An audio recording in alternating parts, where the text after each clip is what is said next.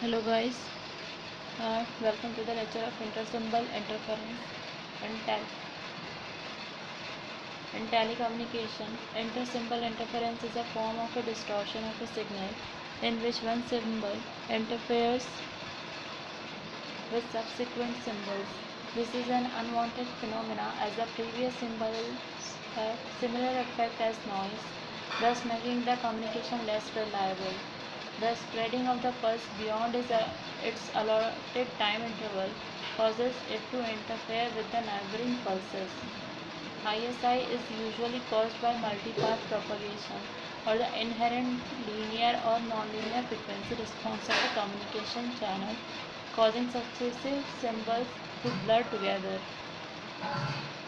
The presence of a ISI in the system introduces error in the decision device at the receiver output. Therefore, in the design of the transmitting and receiving filters, the objective is to minimize the effects of ISI and thereby deliver the digital data to its destination with the smallest error rate possible. Ways to alleviate intersymbol interference include adaptive equalization and error correcting codes.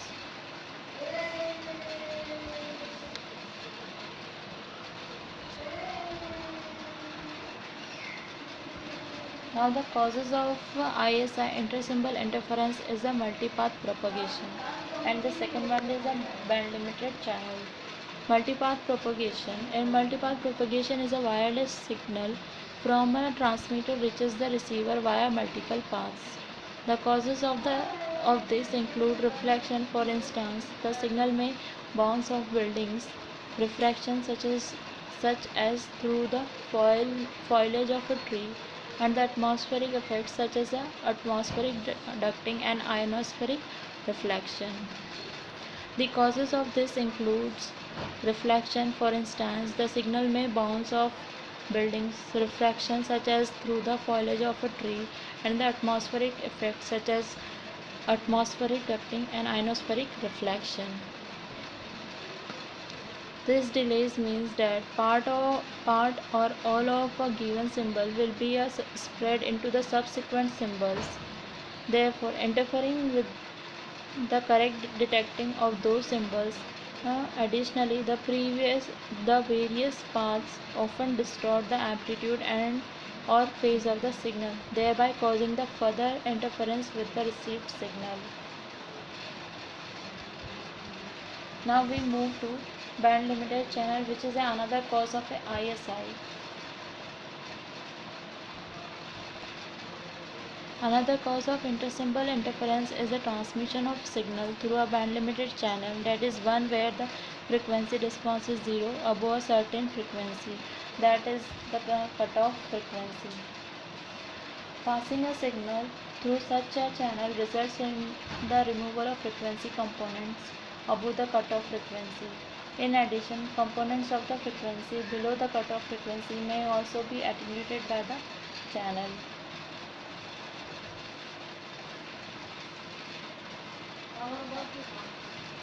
The filtering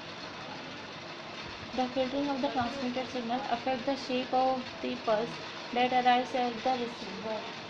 The effects of filtering a rectangular pulse not only change the shape of the pulse within the first symbol period, but it is also spread out over the subsequent symbol periods. When a message is transmitted through such a channel, the spread pulse of each individual symbol will interval following symbols. Band limited channels are present in both wired and wireless communication. The limitation is often imposed by the desire to operate multiple independent signals through the same area cable. Due to this, each system is typically allocated a piece of total bandwidth available. Now we move to effects on the eye pattern. One way to study ISI in a PCM or data transmission system experimentally is to apply the received wave to the vertical deflection plates of an oscilloscope and to apply a sawtooth wave at the transmitted symbol rate R. to the horizontal diffraction plates. The resulting display is called an eye pattern because of its resemblance to the human eye for the binary way.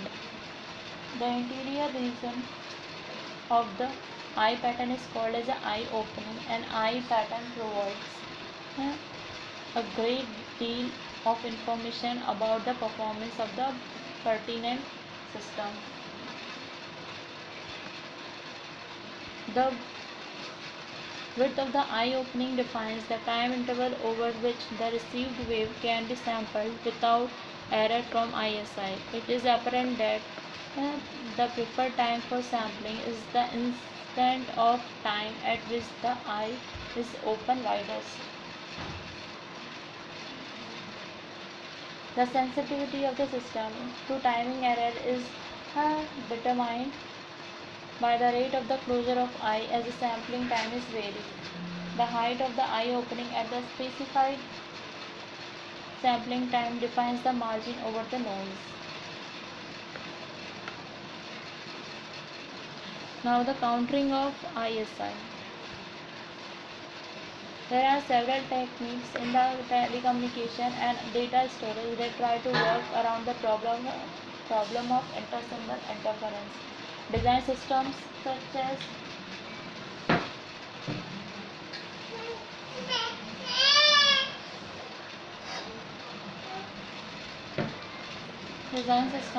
the impulse response is short enough that very little energy from one symbol is smashed into the next symbol, and separate symbols in time with a guard creates.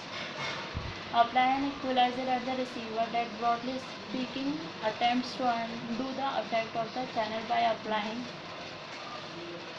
an inverse filter.